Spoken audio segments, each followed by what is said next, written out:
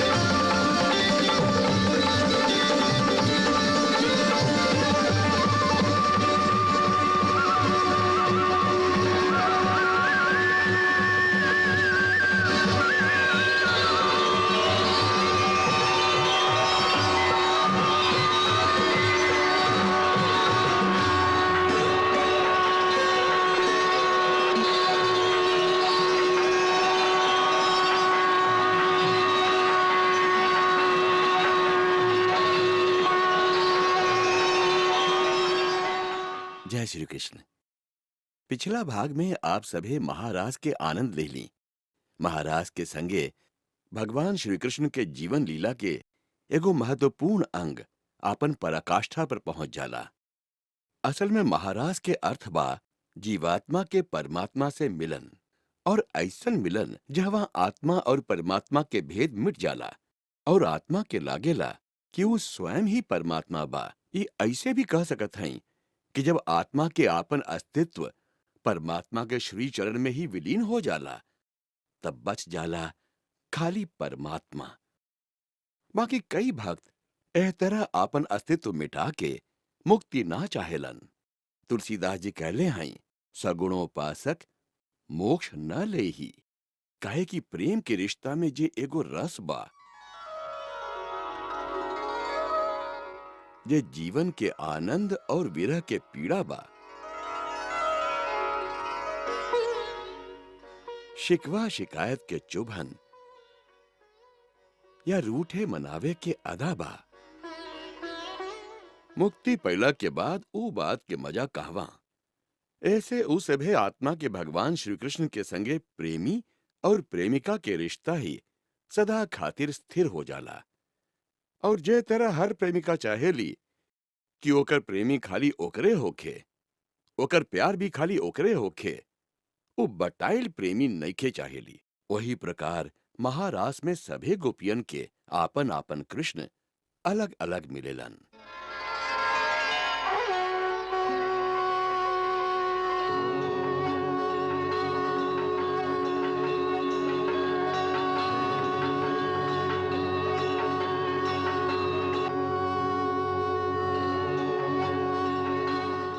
यह गूढ़ रहस्य बा महारास के कि प्रत्येक आत्मा के आपन आपन परमात्मा बा, जेकरा संगे वो निरंतर रास में लीन बा। जैसे पानी से भरल 100 गो घड़ा रख दा, तो हर घड़ा के अंदर जब सूरज के प्रतिबिंब अलग अलग दिखाई देला, तो हर घड़ा समझेला कि ई हमरे सूरज है, हमरे अंदर है और केकरो के नहीं खे। इहे है प्रेम भक्ति के प्रसाद। इहे है महारास जे इस सृष्टि में निरंतर होखत रहेला। सृष्टि के कण कण में इसका आभास है, हो तारों में नर्तन, फूलों में उल्लास है, मुरली की प्रतिध्वनि दिशाओं के पास है, ओ आध्यात्मिक चेतना का सब में विकास है। रास लीला योग में भोग और भोग में योग के व्याख्या के मूर्त रूप है। रास शब्द के मूल है रस, और रस स्वयं भगवान श्री कृष्ण हैं। रसो वै सह। भगवती श्री प्रिया राधा प्रकृति अथवा कुंडलिनी शक्ति हैं। श्री कृष्ण परमात्मा अथवा पुरुष हैं। वृंदावन सहस्र दल कमल है।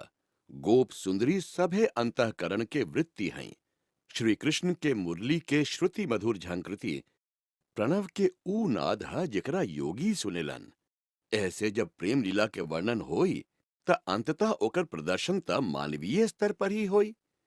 जब सूरदास कहेलन, श्याम श्यामा कुंजवन आवत, भुज भुज कंठ परस्पर दीन है, ई छवि उनहि पावत।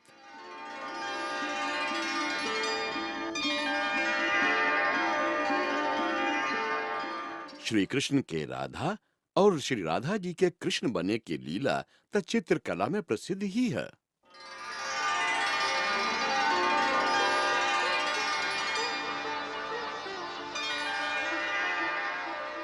वही तरह उनका दिव्य प्रेम भी राधा और कृष्ण के भौतिक प्रेम लीला के बिना नइखे समझल जा सकेला।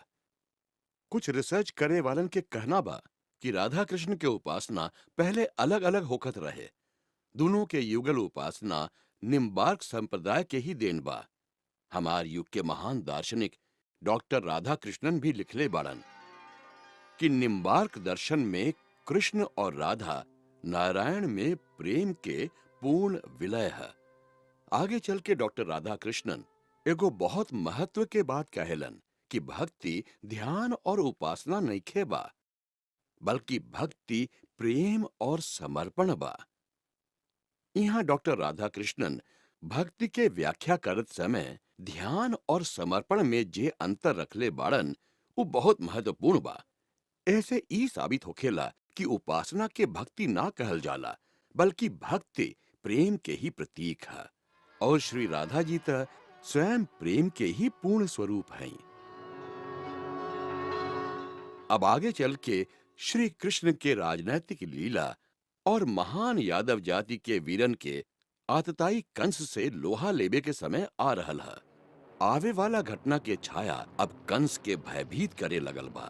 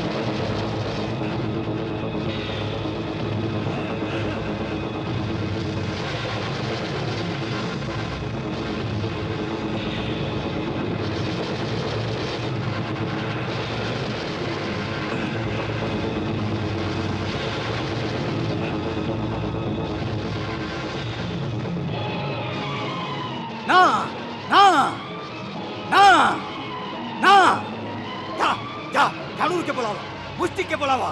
काल भोरे दरबार में सबे सेना नायक उपस्थित होके जा जा जा जा जा जा जा। हाँ, हाँ।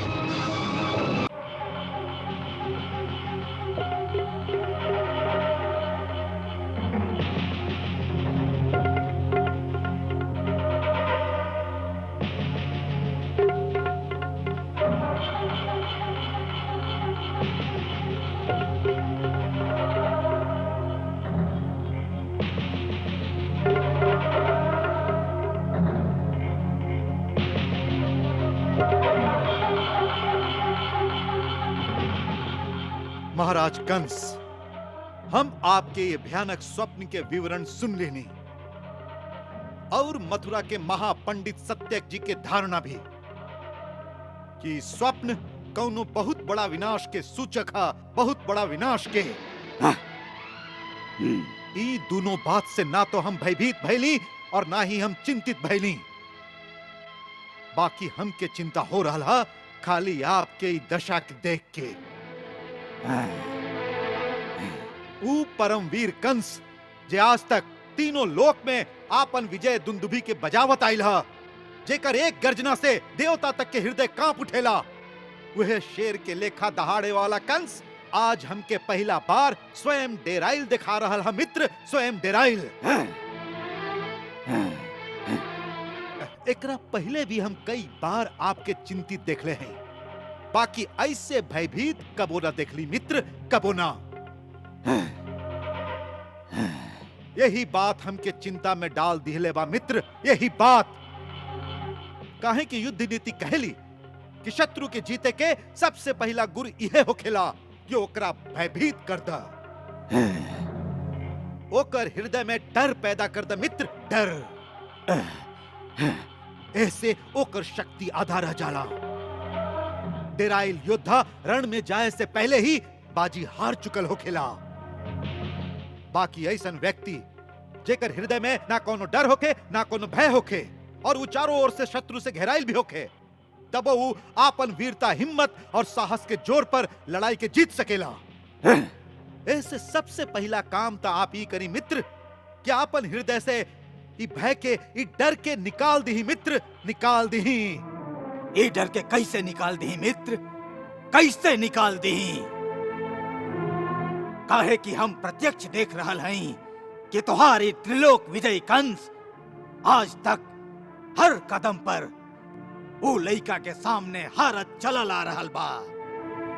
ओकरा सामने हमके आपन हर चाल में मात खाए के पड़ रहल बा।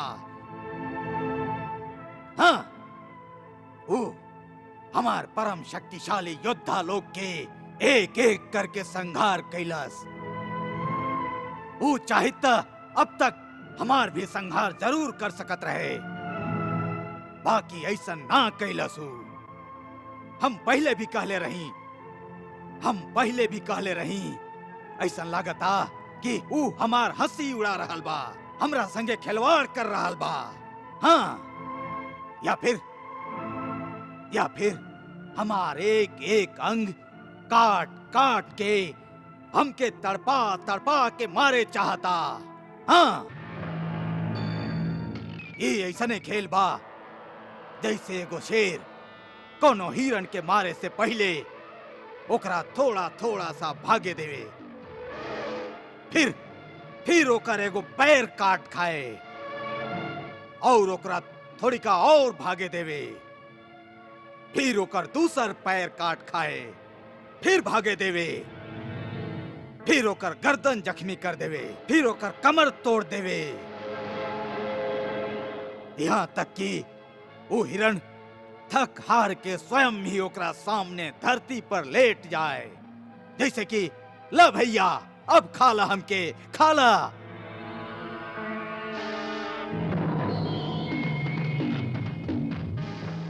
यदि लइका भी हमरा संगे ओइसने खिलवाड़ कर रहल बा त फिर एक तरह तिल तिल करके मरे से त अच्छा बा कि हम एगो लइका के हाथ से मारल जाए के निंदा से बचे खातिर स्वयं ही आत्महत्या कर ली।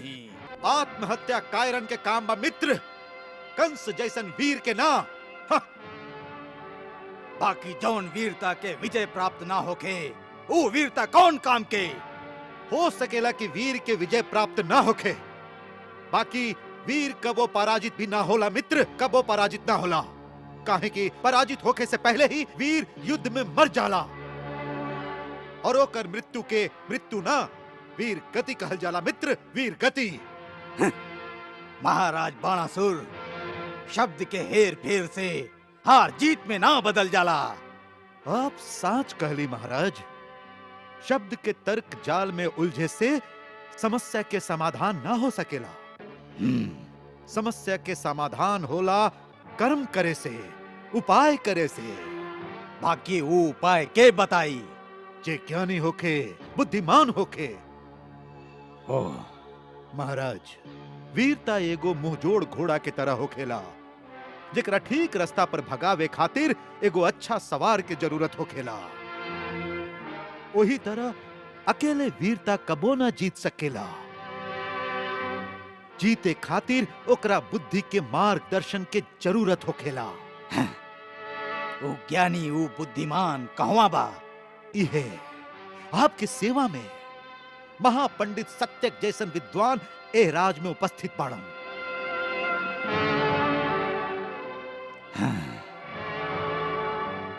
ई बुद्धिमान पुरोहित स्वयं दैत्यन के गुरु महान शुक्राचार्य जी के प्रिय शिष्य बाड़न।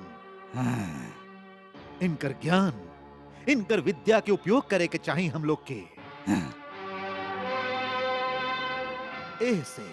ऐसे आज हम इनका यहाँ इस सभा में बुलौले हैं।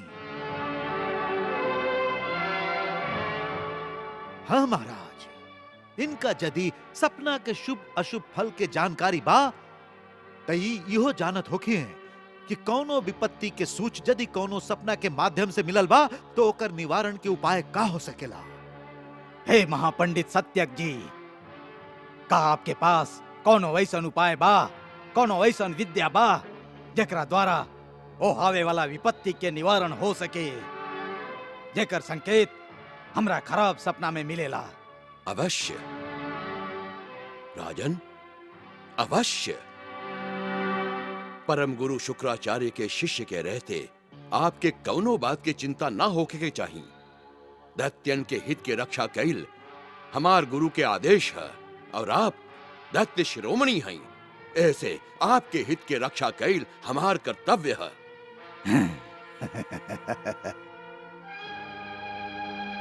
ये सुन के हम बहुत प्रसन्न भइली।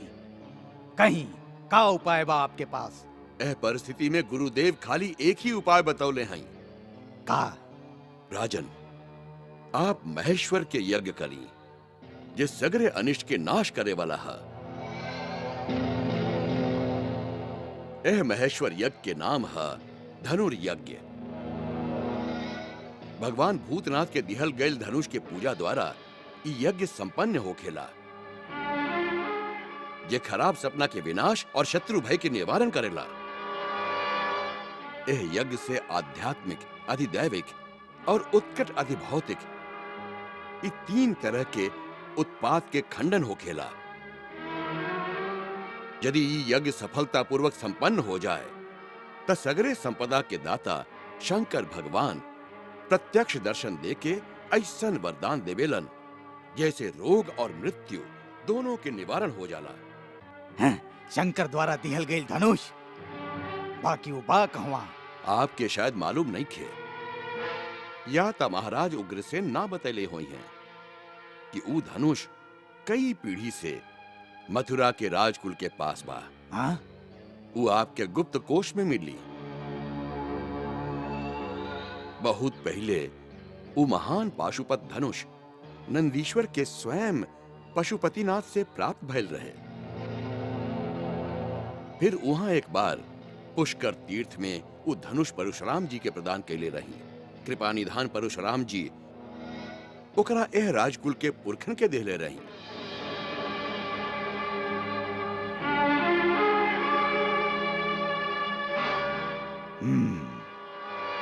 त्रिपुरारी वही धनुष के द्वारा त्रिपुरासुर के वध के लिए रही। राजन, ऐसन दूगो ही धनुष रहे। एगो त्रेता में राम के द्वारा तोड़ल गई और एगो मथुरा के राजकुल के पास बा। यदि वो धनुष के पूजा निर्विघ्न कर सकी तो आपके कबो अनिष्ट ना होई। यदि शब्द के प्रयोग काहे कर रहल हैं आप? का ओकर पूजा निर्विघ्न होखे में आपके कोनो शंका बा? ना महाराज, काहे कि ये धनुष इतना कठोर बा कि महाबली शेषनाग, सूरज और कार्तिकेय भी ना झुका सकेलन। फिर भी का? गुरुदेव कहले रही कि यदि यज्ञ के बीच में ये धनुष टूट जाए तो यजमान के नाश हो जाए।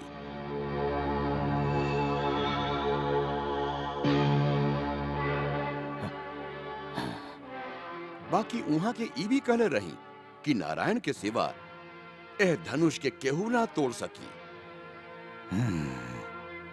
ऐसे हमके यज्ञ के सफलता में कोनो शंका नहीं खे। महाराज, हमार सलाह बा कि आप ए महान यज्ञ के अनुष्ठान दृढ़ता पूर्वक करिए। आपके विजय होई महाराज, विजय होई। कई पीढ़ी से मथुरा के राजकुल के पास बा। वो आपके गुप्त कोश में मिली। बहुत पहले वो महान पाशुपत धनुष नंदीश्वर के स्वयं पशुपतिनाथ से प्राप्त भइल रहे। फिर वहां एक बार पुष्कर तीर्थ में वो धनुष परशुराम जी के प्रदान कैले रही। कृपा निधान परशुराम जी ओकरा एह राजकुल के पुरखन के देले रही।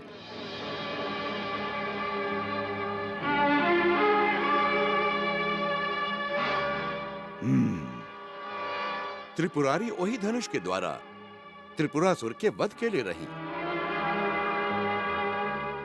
राजन, ऐसन दूगो ही धनुष रहे। एगो त्रेता में राम के द्वारा तोड़ल गई और एगो मथुरा के राजकुल के पास बा। यदि वो धनुष के पूजा निर्विघ्न कर सकी तो आपके कबो अनिष्ट ना होई। ई यदि शब्द के प्रयोग काहे कर रहल हैं आप? का ओकर पूजा निर्विघ्न होखे में आपके कोनो शंका बा? ना महाराज, काहे कि ई धनुष इतना कठोर बा कि महाबली शेषनाग, सूरज और कार्तिकेय भी ना झुका सकेलन।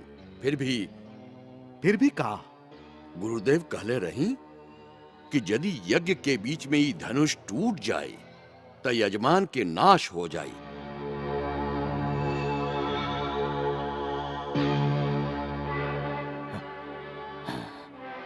बाकी उहाँ के ई भी कहले रही कि नारायण के सिवा एह धनुष के केहू ना तोड़ सकी।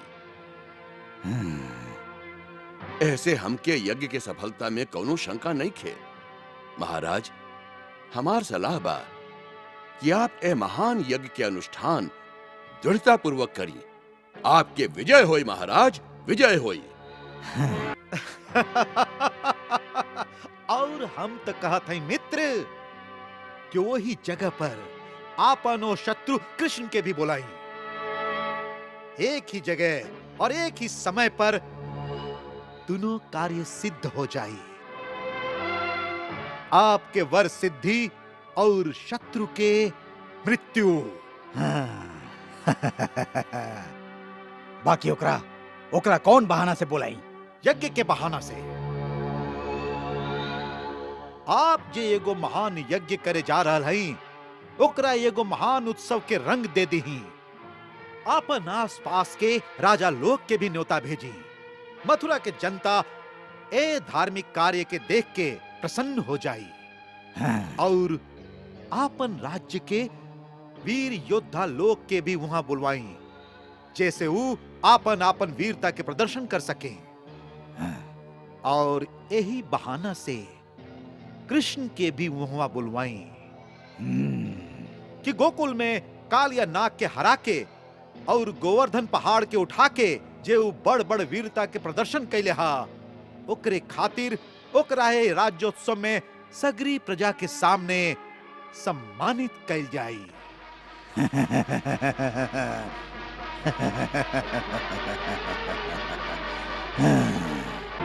का चाल बा। बस एक बारू हमारे चाल में स्वयं आ जाए तो उत्सव के द्वार पर ठाड़ आपके हाथी कवलिया पीड़ ओकरा कुचल दे। ना ता हम ओकरा अखाड़ा में मल्ल युद्ध खातिर चुनौती दे और मल्ल युद्ध में हमार पहलवान ओकर शरीर के टुकड़ा टुकड़ा कर दी है। ई भइल चाल। एक बार वो स्वयं हमरा सामने आ जाए तो हमार खड्ग के एक ही वार ओकर माथा के धड़ से अलग कर दे।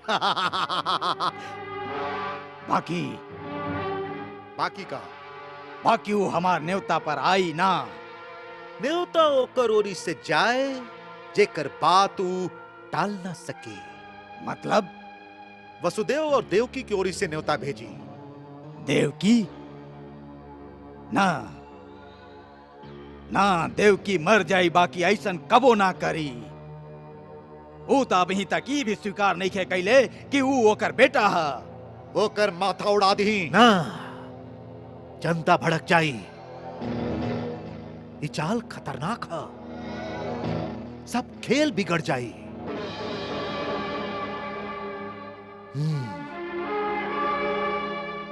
हमार विचार से ता खाली एक के आदमी बा जे ई काम पूरा कर सकेला। के? अक्रूर। अक्रूर? हाँ महाराज, वो यादव कुल के एगो शक्तिशाली सरदार है। वो सभा में सबसे समझदार है और सब ओकर बात मानेलन। यदि ओकरा भेद नीति के द्वारा कोनो बड़ा प्रलोभन देख के तोड़ल जा सके तो ई काम बहुत सहजता से हो सकेला। चाणूर ये असंभव बा। हाँ, वो सच्चा राजभक्त बा। तो के याद नहीं खे, उहे भरल दरबार में हमरा सामने तलवार खड़ा कर देले रहे और वो महाराज शूरसेन के ही अपन स्वामी मानेला और अपन स्वामी से वो कबो भी द्रोह ना करी, चाहे ओकरा कितना ही प्रलोभन दिहल जाए। महाराज, लोभ तो हर प्राणी में होखेला, अंतर खाली मात्रा के बा। ओकरा ऐसन प्रलोभन दिहल जाए जेकरा वो इनकार न कर सके। ओकरा हम लोग के अधीन राज्य में से कोनो एगो देश के राज्य दे दी।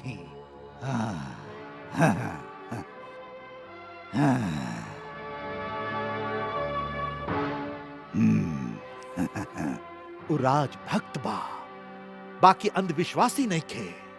वो पूरा राजनीतिज्ञ बा और एगो सच्चा राजनीतिक के लेखा वो महत्वाकांक्षी भी बा। ओकर महत्वाकांक्षा पूरा कर दी वो आपके साथ दी। फिर ये काम बहुत सफलता से हो सकी, काहे कि सभे ओकर बात मानेलन। और हमार गुप्तचरण के सूचना के अनुसार कुछ दिन पहले ही वो गोकुल गए रहे, कृष्ण से मिले। उहे ओकरा बहला फुसला के यहाँ ला सकेला। और यदि वो ना मानल त, यदि भेद नीति से काम ना चलल तो दंड नीति के प्रयोग कल जाए। चाणूर, तुहार बात में वजन बा। अक्रूर के बुलावल जाए। अक्रूर से मिले के का जरूरत आ पड़ल? हम ज्यादा तो ना जाने ले, बाकी आजकल उनकर मनस्थिति के देख के हमके ऐसा लागता कि वो आपसे यह बारे में सलाह कल चाहता रन कि यादव संघ के अलग अलग वंश में जो मनमुटाव बा ओकरा कैसे मिटावल जाए, जैसे मथुरा के राज्य समृद्ध और सुदृढ़ हो सके। ई तो बहुत अच्छा बात है, यदि वो सचमुच ऐसा सोचा तारन।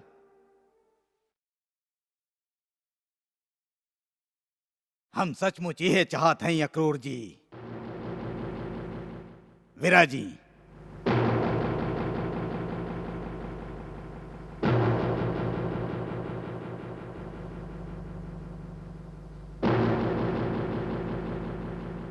वीरा जी,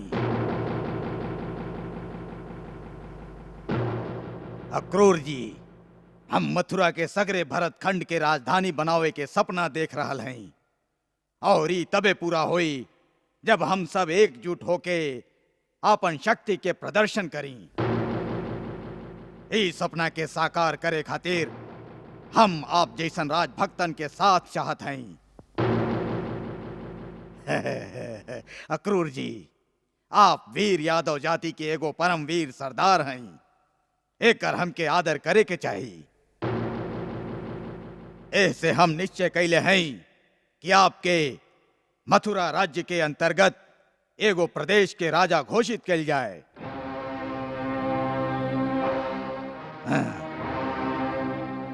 और ये घोषणा अगला महीना मथुरा में होए वाला महान उत्सव में हम स्वयं करब।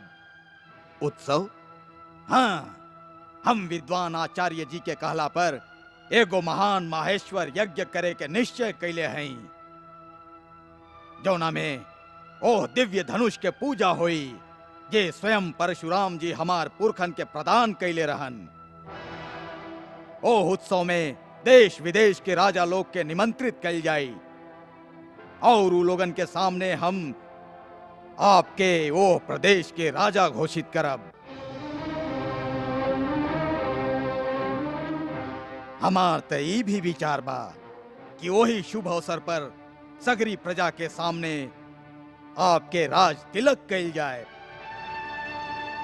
जैसे दूसर यादव सरदारन के उत्साह भी बढ़े और जे लोग कोनो भी कारणवश हमरा से और मथुरा से दूर चल गई बाड़न, वो वापस लौट आवे और हम लोगन के सामूहिक शक्ति एक होके राज्य के उन्नति और वृद्धि के काम आवे।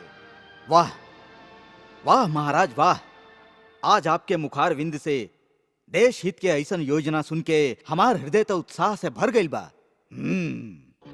महाराज, यदि यह महान लक्ष्य के ओरी हम सभे मिलके कदम बढ़ाई तो जरूर ये मथुरा के साम्राज्य भरत खंड के सबसे महान और सबसे शक्तिशाली राज्य बन सकेला। जरूर जरूर बन सकेला। हमके बहुत प्रसन्नता भइल कि आप हमार योजना से पूरा तरह सहमत हैं। पूरा तरह से सहमत है महाराज, पूरा तरह से। हमके पूरा विश्वास बा जब दूसर यादव सरदारन के हम आपके यह विचार से अवगत कराइब तो वो भी तुरंत ऐसे सहमत होके एक झंडा के नीचे इकट्ठा हो जाई हैं। हाँ, बाकी महाराज, आपके यह योजना में थोड़ी का सा संशोधन करे के पड़ी। कहीं ई जे आप हमके एगो प्रदेश के राजा घोषित करे के बाद कहले हैं ई उचित नहीं खे महाराज। काहे? हम यह सम्मान के योग्य नहीं थी।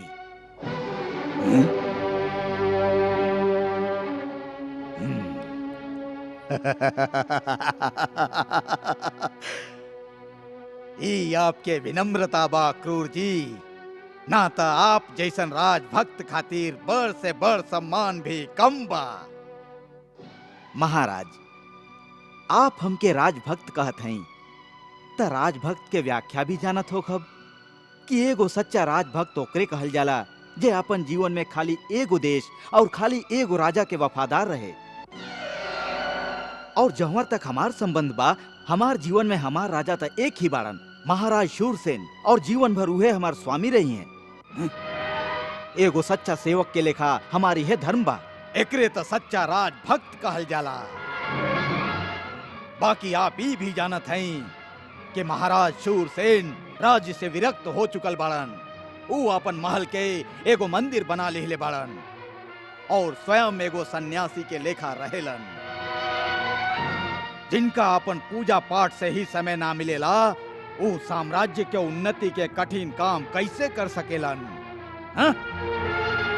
ओकरा खातिर तो कोनो आप जैसन कर्मठ और वीर योद्धा के जरूरत बा। यदि महाराज शूरसेन भक्ति मार्ग में रम गई बाड़न तो उनका जगह पर उनकर बेटा कुमार वसुदेव ऊ हमार स्वामी बाड़न। ओ वीर भी बाड़न और कर्मठ भी। ऊ धर्म, कर्तव्य और राजनीति के पूरा तरह से समझेलन। जौन मेल मिलाप के आप बात कर रहल हैं, ओह मेल मिलाप के नीति के ऊ हमेशा समर्थन कैले बाड़न। आप उन्हीं के तरफ मित्रता के हाथ बढ़ाई, यही में सबके कल्याण है। जरूर जरूर हम उनका ओरी मित्रता के हाथ बढ़ाई। हमके स्वयं उनका से कोनो शत्रुता नहीं खे। उनकर चरित्र के दृढ़ता के आदर भी करेनी। बाकी का? बाकी उनका हमरा बीच एगो कांटा बा, जहरीला कांटा, जे हर घड़ी हर समय हमके चुभत रहेला। यदि केहू कांटा के जड़ से उखाड़ के फेंक देवे तो हम उनका के खाली मित्रता ही ना बल्कि उनका मथुरा के युवराज भी घोषित कर सकत हैं। अक्रूर जी, यदि आपके अपन स्वामी के हित सचमुच प्यारा बा तो ई काम आप भी कर सकत हैं। हाँ, बस ओह कांटा के निकाल दी, वही क्षण आपके स्वामी के सगरे दुख दूर हो जाई।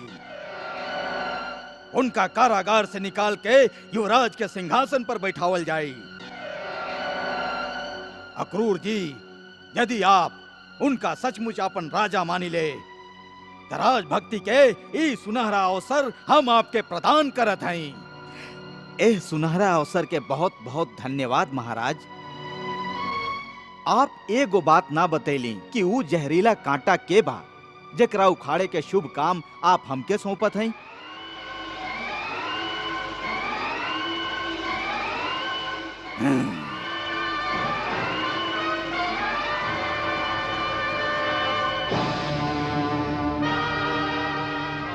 देवकी और वसुदेव के 8वां बेटा कृष्ण कृष्ण कृष्ण कृष्ण कृष्ण कृष्ण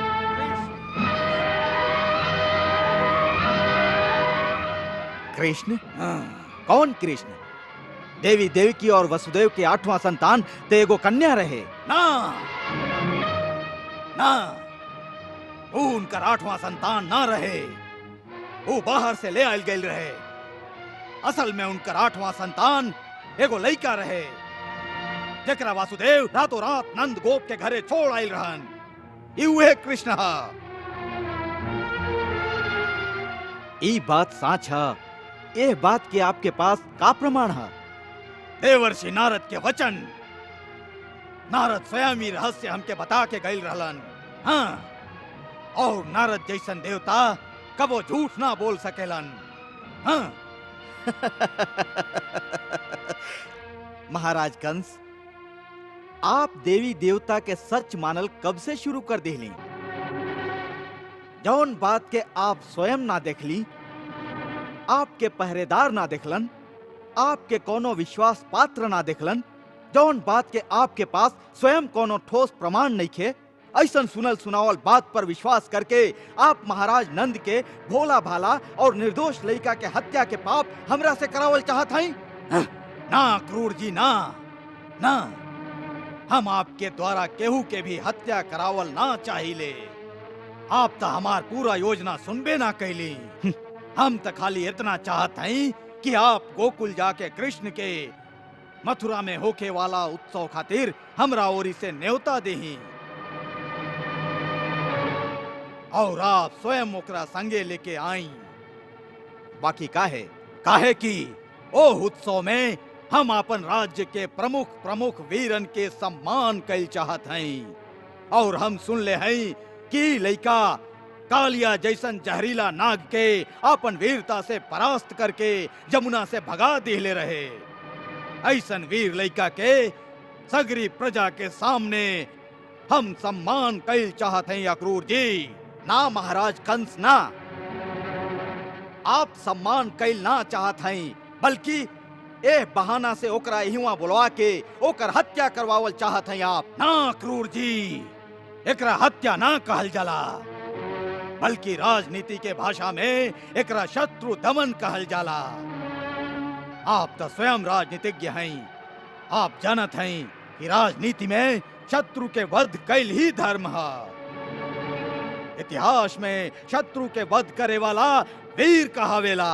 जे वीर होखेला ऊ अपन बराबर के शत्रु के युद्ध भूमि में सामने आके ललकारेला, या ओकरा मारेला या स्वयं मर जाला, उहे वीर कहावेला।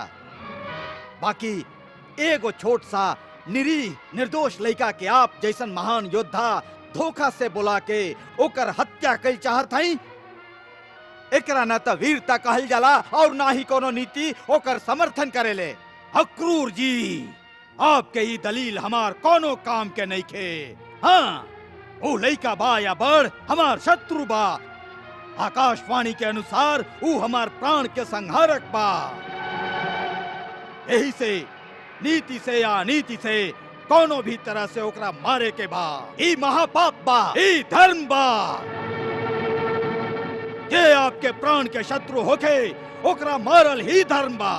एकरा आप धर्म कहत हई? हाँ, अपन प्राण के रक्षा कैल ही मनुष्य के सबसे बड़ धर्म बा, और ये धर्म के पालन करे खातिर हम आपसे सहायता मांग रहल हई। क्षमा करी महाराज, वीरता के जे व्याख्या आप कैले हई ओकरा से हम सहमत ना हो सकीले। एकरा ना तो हम धर्म मानिले और ना ही वीरता, और ऐसन जघन्य पाप में हम आपके साथ ना दे सकीले।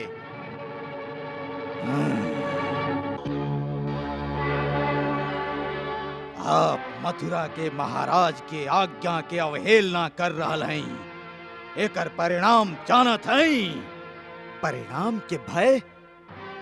महाराज कंस, जवन दिन कोनो यदुवंशी के हाथ में ओकर गुरु ओकरा तलवार देवेलन त खाली एक ही शर्त रखेलन कि परिणाम के भय से जवन दिन वो अपन कर्तव्य के पालन से डरा जाई त ई तलवार नदी में फेंक देई। काहे कि ऐसन कायर मनुष्य के तलवार धारण करे के कोनो अधिकार ना होला। और हम ही तलवार फेंकल ना चाहिए, काहे कि हमार वीरता और हमार कर्म दोनों ए समय हमके यह कहता रे कि यदि वो लड़का नंद गोप के ही बेटा है तो वो निर्दोष के हत्या कैल या करावल महापाप है, और ये महापाप हम कैल नहीं की चाहत। यदि आपके बात ही साच है कि कृष्ण कुमार वसुदेव के 8वां बेटा है तो हमार कर्तव्य सीधा हो जाला, काहे कि कुमार वसुदेव ही हमार स्वामी बाड़न और स्वामी के बेटा के रक्षा कैल हमार धर्म है। हमके आज्ञा दी महाराज, प्रणाम।